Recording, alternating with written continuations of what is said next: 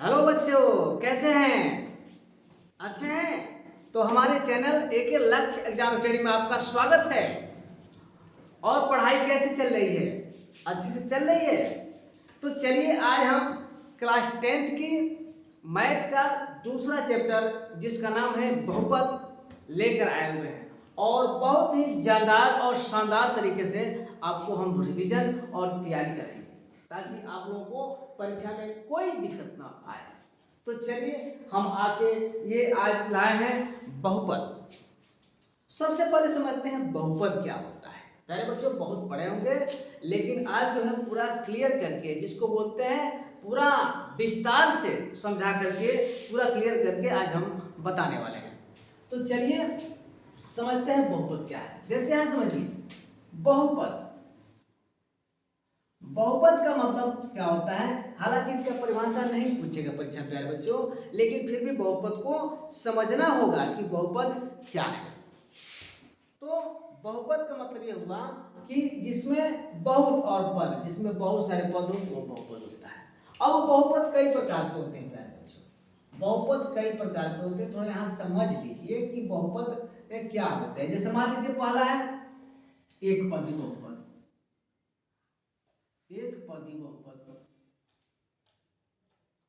एक पदी बहुपद। एक पदी बहुपद का मतलब कि जिसमें केवल एक ही पद हो। जैसे नाम है उसी तरह उसका डिफिनेशन है प्यारे बच्चों। जैसा नाम है उसी तरह क्या है उसका डिफिनेशन है। तो हम कह सकते हैं कि एक पदी बहुपद का मतलब कि जिसमें केवल एक पद हो उसे एक पदी बहुपद कहते हैं। जैसे एक्स एक पद है, ठीक ना, एक्स स्क्वायर, इसमें भी एक पद है, तो ये क्या है, एक पदी है। उसी तरह प्यारे बच्चों द्विपदी, द्विपदी बहुपद, द्विपदी, है ना, द्विपदी बहुपद यानी जिसमें दो पद हो प्यारे बच्चों उसको हम द्विपदी बोलते हैं। जैसे एक्स स्क्वायर प्लस वन या एक्स प्लस वन, है ना, आदि ये होते हैं। उसके बाद से आता है प्यारे बच्चों तीसरा त्रिपदी बहुपद। त्रिपदी बहुपद, त्रिपदी बहुपद प्यारे बच्चों, त्रिपदी बहुपद। तो त्रिपदी बहुपद का मतलब जिसमें क्या हो, तीन पद हो प्यारे बच्चे, यानी x square plus x plus one, या ऐसे भी हो सकता है कि 3 + 4x + एक्स स्क्वायर। और इसमें एक और होना चाहिए, एक और कंडीशन है कि इसके जो घात होते हैं वो एक ऑर्डर में होते हैं, या तो असेंडिंग ऑर्डर में हो या डिसेंडिंग ऑर्डर में, यानी आरोही क्रम में हो या अवरोही क्रम में हो। तो ऐसे हम पद को बहुपद बोलेंगे। और एक चौथा है शून्य बहुपद प्यारे बच्चों, जो बहुत इंपॉर्टेंट है। शून्य बहुपद को समझिए, शून्य बहुपद ये चौथा जो है तो शून्य बहुपद है। शून्य बहुपद, शून्य बहुपद का मतलब ऐसे बहुपद जिसके सभी गुणांक क्या हो, शून्य। जैसे यहाँ देखिए, जैसे देख लीजिए 0x² + 0x + 0 या 0x + 0। देखिए अब इसमें क्या है, सारा गुणांक 0 है, x के जितने गुणांक है वो 0 है, इसलिए शून्य बहुपद हो गया। तो इसलिए यहाँ हम चारों बहुपदों को बता दिए। एक पदी बहुपद जिसमें एक पद हो, द्विपदी बहुपद जिसमें दो पद हो, त्रिपदी बहुपद जिसमें तीन पद हो, और शून्य बहुपद जिसमें जिसके सभी गुणांक क्या हो, शून्य, वो शून्य बहुपद होता है। तो इस तरह से सब समझ गए हमारे बच्चों, ठीक है, ये समझना जरूरी है। अब हम कुछ आगे देखते हैं। चलिए इसको रब करते हैं, देख लीजिए थोड़ा सा, जिसको लिखना लिख लीजिए। चलिए जाते हैं इसको।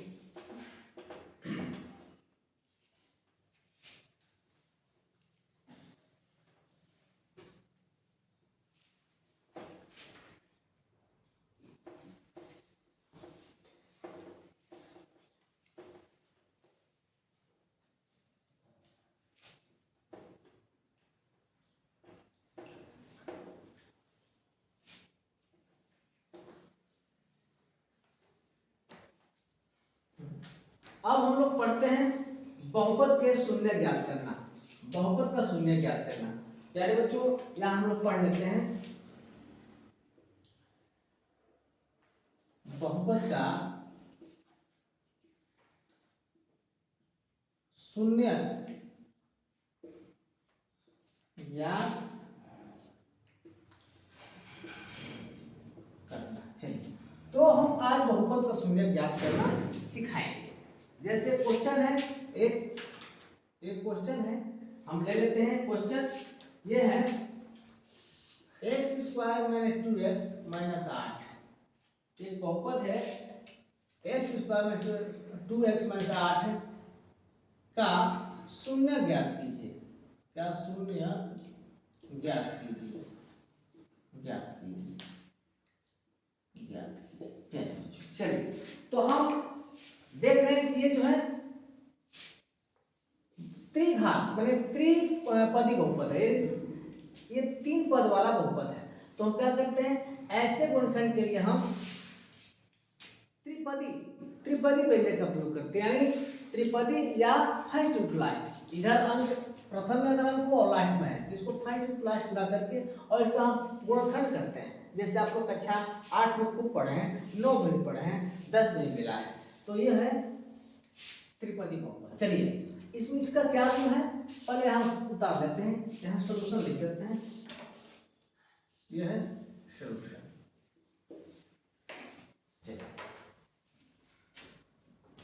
X square minus 2x minus 8। यहाँ हम 8 का ऐसा दो खंड करेंगे प्यारे बच्चों कि गुणा करने पर 8 है, उन्हीं दो संख्याओं को गुणा करें तो 8 है, और उन्हीं संख्याओं को जोड़े या घटाए तो 2 के बराबर, यानी बीच वाले पक्ष के बराबर है। तो पहले इसके खंड कर लेते हैं बच्चों।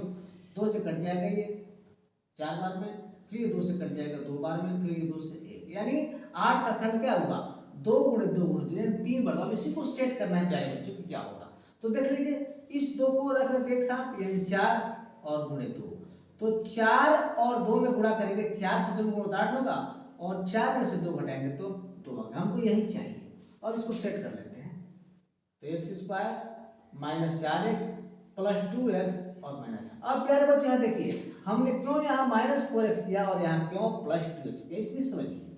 हमको लाना है माइनस में, तो माइनस वाला ज्यादा होगा तो प्लस 2x से घटाएंगे तो माइनस 2 आएगा। इस बात को आप लोग समझ रहे हैं, समझ रहे हैं कि नहीं। चलिए, अब इसमें कॉमन ले लीजिए, x कॉमन लेकर जोड़ा बना लीजिए इसका और इसका, ठीक है ना प्यारे बच्चों, जोड़ा बना लीजिए। प्लस आप लोग को हम यहाँ चित्र से यूज कर दे रहे हैं, यहाँ इसका यहाँ और इसका यहाँ जोड़ा बना लीजिए।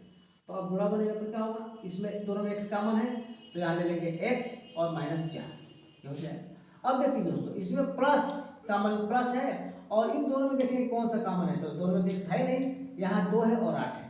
तो हम छोटे अंक को कॉमन लेते हैं, क्योंकि 2 से 2 कट जाएगा और 2 से 8 भी कट जाएगा, इसलिए हम 2 को कॉमन लेते हैं।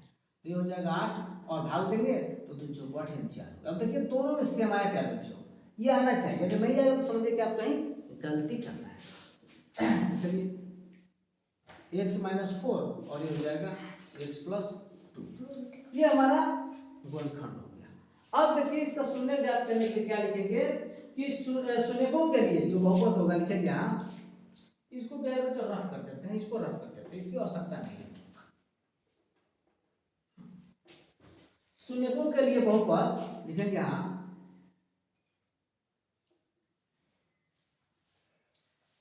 शून्यकों के लिए बहुपद, यानी जो बहुपद है वो क्या होगा, का मान शून्य होगा। बहुपद शून्यकों के लिए बहुपद x square minus 2x minus 8 का मान शून्य होगा प्यारे बच्चों, शून्य होगा। इसलिए क्या करेंगे, शून्य है लिख देंगे, शून्य है, शून्य है। इसलिए अब इसको हम दिखाएंगे कि x माइनस 4 और x प्लस 2 इक्वल टू 0। तो एक बार x माइनस 4 बराबर 0 लेंगे तो x बराबर 4, और x प्लस 2 बराबर 0 लेंगे तो x बराबर माइनस 2। तो इस तरह से ये दो शून्य हमको मिल गया प्यारे बच्चों, यानी हम यहाँ लिख सकते हैं कि x बराबर 4 और माइनस 2, ये हमारा आंसर हो जाएगा। बोलो, बोलिए प्यारे बच्चों, समझे? उम्मीद है कि आपको समझ गया। इसको चट ले लीजिए, उसके बाद आगे बढ़ते हैं।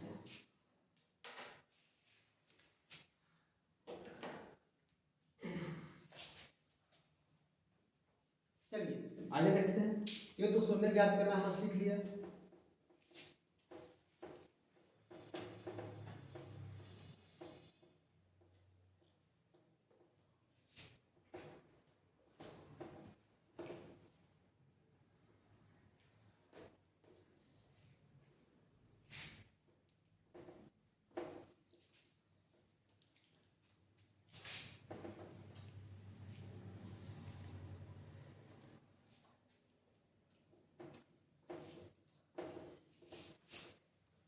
चलिए आगे देखते हैं। अब हम देखते हैं शून्य ज्ञात कर, अभी तो हमने शून्य ज्ञात किया प्यारे बच्चों, लेकिन अब शून्य ज्ञात करने के साथ साथ उसकी सत्यता की जांच भी करेंगे। बहुत मजेदार चैप्टर है बच्चों, बहुत मजेदार, ठीक ना। इसलिए अब हम शून्य ज्ञात करने के साथ साथ उसकी सत्यता की जांच भी करेंगे। तो इसके लिए पहले थोड़ा सा फार्मूला हो जाएंगे कि कैसे हम सत्यता की जांच करते हैं। शून्यकों का योगफल और गुणनफल का सूत्र क्या होता है।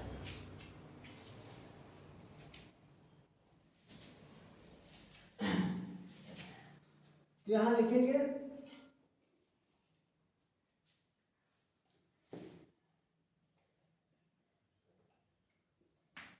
बहुपद x square plus B x plus C equal to 0।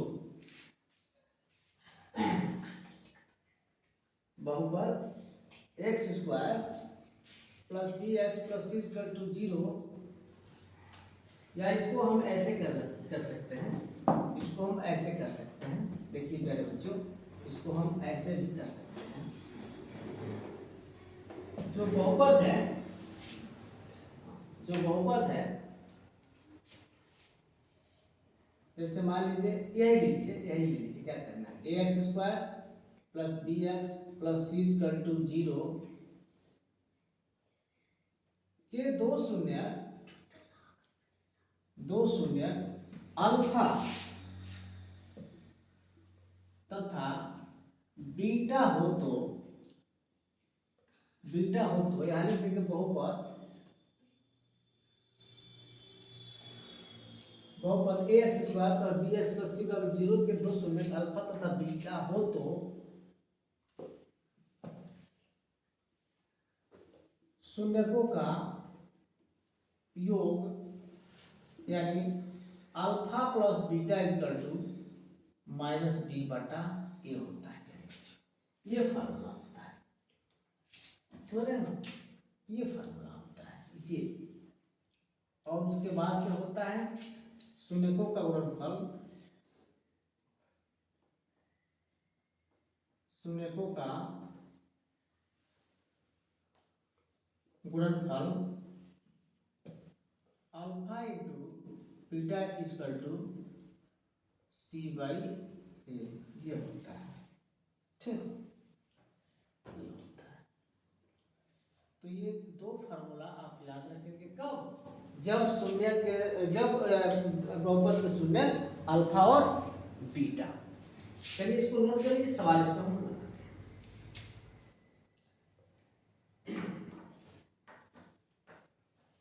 हो गया बच्चों, ठीक, रफ करते हैं, इसमें सवाल पढ़ लेते थे।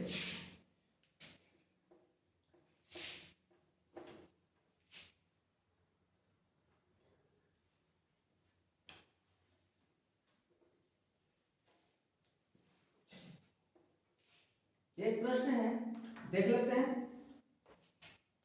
एक क्वेश्चन है, देखिए बच्चों, जो बता रहे हैं अगर इतना आप लोग रिवीजन करके जाएंगे तो इससे बाहर क्वेश्चन नहीं आएगा। मैं बार बार इस बात को बोलता हूँ, क्योंकि मैथ रटने वाली चीज नहीं, आप रट के जाएंगे वो नहीं आएगा। बस नियम को समझिए, मेथड को समझिए, विधि को समझिए, सूत्र याद रखिए, तरीका समझिए कि कैसे लगाया जाता है, और एक दो सवाल दोहरा करके चले जाइए।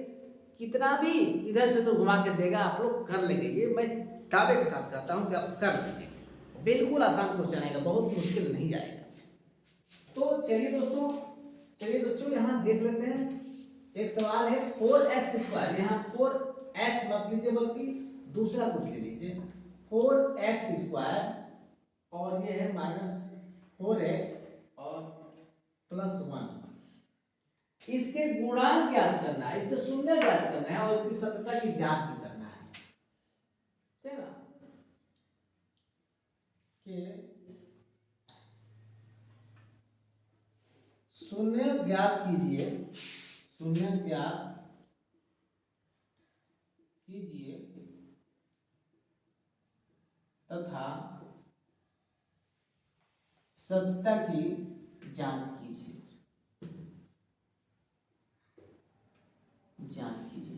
प्यारे बच्चे इस वीडियो को जरूर देखेंगे, लाइक शेयर जरूर करेंगे, क्योंकि आपके लिए ही बहुत मेहनत कर रहा हूँ। देखिए 10 बजने वाला है, मैं अभी अपने लैब में आपके लिए मेहनत कर रहा हूँ, बना रहा हूँ वीडियो।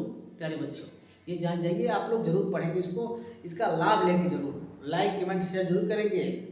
इसलिए मैं बहुत बड़ी मेहनत से ये वीडियो बनाकर अपलोड कर रहा हूँ।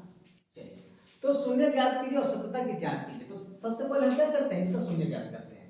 तो ये हो जाएगा 4x² माइनस 4x प्लस 1। अब देखिए फर्स्ट यूटिलाइज, इधर भी है और इधर भी है, तो क्या होगा, 4 में हम 1 से गुणा करेंगे, बच्चों यहाँ रफ कर रहे हैं तो 4 होगा। अब 4 का ऐसा 2 खंड करेंगे, गुणा करने पर 4 और जोड़ने पर 2 आए, तो बच्चों 2 दूना 4 और 2 यानी 2 गुणे 2 करेंगे तो 4 होगा, और 2 धन 2 जोड़ेंगे तो 4 हो गया। बड़ी आसान है कि नहीं। तो यहाँ सेट कीजिए 4x² माइनस 2x प्लस 1। यहाँ माइनस क्यों रखेंगे, क्योंकि माइनस माइनस रखेंगे तभी जुट के माइनस में 4 हो जाए होगा।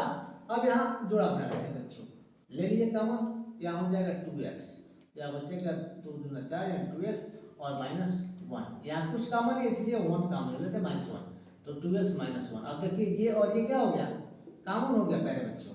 तो अब क्या करेंगे, 2x माइनस 1 और ये हो जाएगा 2x माइनस 1। अब देखिए क्या करेंगे, फिर से वही शून्यकों के लिए बहुपद का मान शून्य है, क्या लिखेंगे, शून्यकों के लिए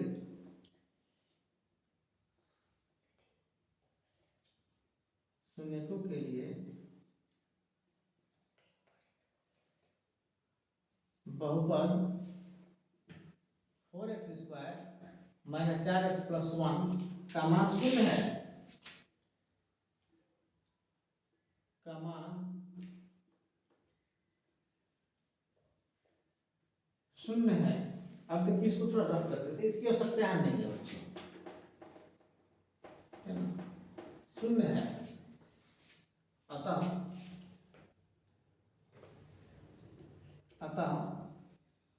2x माइनस 1 और 2x माइनस 1 इक्वल टू 0। तो एक बार 2x माइनस 1 इक्वल टू 0, तब 2x बराबर 1, तो x बराबर 1/2 आ गया। और एक ले लेते हैं, दोनों एक ही आया बच्चों, तो 2x बराबर 1, तो x बराबर 1/2। देख रहे हैं ना, ये दोनों सेम है बच्चों, यानी x का जो वैल्यू है, x की शून्यत है, वो दोनों है 1/2 और गामा 1/2, ये आंसर होगा। अब देखिए अभी तो एक आंसर आया बच्चों, अब यहाँ सत्यता की जांच भी करना है, इसलिए हम यहीं पर यहाँ कर लेते हैं। हम उम्मीद है कि समझ में आए, कोई दिक्कत नहीं होनी चाहिए। चलिए, तो अब हम क्या करते हैं, सत्यता की जांच करते हैं प्यारे बच्चों। यहाँ कर लेते हैं सत्यता की जांच। प्यारे बच्चों, सत्यता की जांच करते हैं, तो सत्यता की जांच हम कैसे करते हैं इसको देख लेते हैं। पहले तो हम लिख लेंगे कि शून्यकों का योग क्या हो रहा है, तो क्या शून्यकों का योग बराबर, अब देखिए शून्य के आया हुआ है तो इसका योग कर दीजिए 1/2 प्लस 1/2। और आप लोग जानते हैं कि 1/2 का एलसीएम 2 होगा, 1 धन 1 बराबर 2 बटा, यहाँ होगा 2/2, कट के क्या हो जाएगा 1 हो जाएगा, यानी योगफल 1 आ गया। अब हम फार्मूले पर रखते हैं कि क्या इतना आता है कि नहीं, तभी होगा। अब तो यहाँ लिखेंगे शून्यकों का योग करेंगे, तो यहाँ लिखिए, तो शून्यकों का फार्मूला पर करेंगे, यानी अल्फा प्लस बीटा बराबर -b/a। तो ये कर लेंगे -b। अब देखिए यहाँ -b कहाँ से आ रहा है बच्चों, यहाँ देखेंगे। अब हम तुलना करेंगे इससे, देखिए इससे तुलना करेंगे, यानी जो b है अभी हमने ऊपर बताया, इससे तुलना करके फटाक से हम क्या कर लेंगे, निकाल लेंगे a का मान कैसे है, ठीक है ना। यानी हम यहाँ एक कर लेंगे कि जो 4x² माइनस 4x प्लस 1 दिया है, इसकी तुलना हम ax² plus bx plus c से कर लेंगे, प्लस c से हम कर लेंगे जब शून्य हो तो a बराबर यहाँ क्या हो जाएगा 4, यानी x² गुणा के है तो x² 4 होगा, और b बराबर -4 और c बराबर 1। अब इतना तो हो गया आपका। अब यहाँ क्या कर लेंगे, यहाँ माइनस और b का मान है -4 और बटा a यानी 4, तो ये माइनस माइनस हो जाएगा, प्लस हो जाएगा, अब बटा 4 कट के बराबर क्या हो गया 1। देख लीजिए यानी सेम आया। हमने सत्यता की जांच ये कर लिया और फिर ये कर लिया, सेम आया। आया कि नहीं? अब क्या कर लेंगे, अब हम करेंगे शून्यकों का गुणनफल। अब क्या लिखेंगे, शून्यकों का गुणनफल। प्यारे बच्चों गुणनफल, तो गुणनफल करेंगे यहाँ, तो यानी हम क्या करेंगे शून्यकों का गुणनफल, यानी गुणनफल बराबर हम कर लेंगे 1/2 इंटू 1/2 इक्वल टू 1/4। अब शून्यकों का गुणनफल यानी alpha into beta equal to C बटा ए होता है प्यारे बच्चों। तो ये हो जाएगा सी का मान हमारा 1 है और ए का मान 4 है।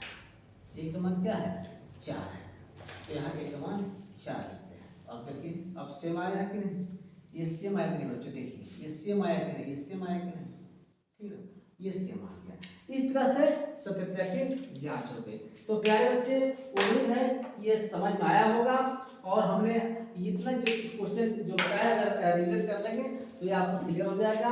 और कल जो है हम आएंगे और लेकर के इसमें जो भी आगे की जो न्यूमेरिकल होगी, ये 2 दिन में हम इस चैप्टर को, बहुपद चैप्टर को समाप्त कर देंगे, प्रयास करेंगे। और उम्मीद होगा कि ये समझ में आया होगा। अगर कोई दिक्कत हो तो कमेंट करेंगे, अगर नहीं दिक्कत हो तो भी बताएंगे दोस्तों, तो ही बताएंगे कि मेरी जो पढ़ाई में समझ में आ रहा है कि नहीं, ठीक है ना। तो इस तरह से अब हम ये क्या करते हैं, अपने लेक्चर को यहीं पूरा करते हैं। कल इसके आगे इसके नेक्स्ट वीडियो मतलब यहीं से हम स्टार्ट करेंगे, इसका सेकेंड भाग बना करके। तब तक के लिए धन्यवाद, thank you, all the best.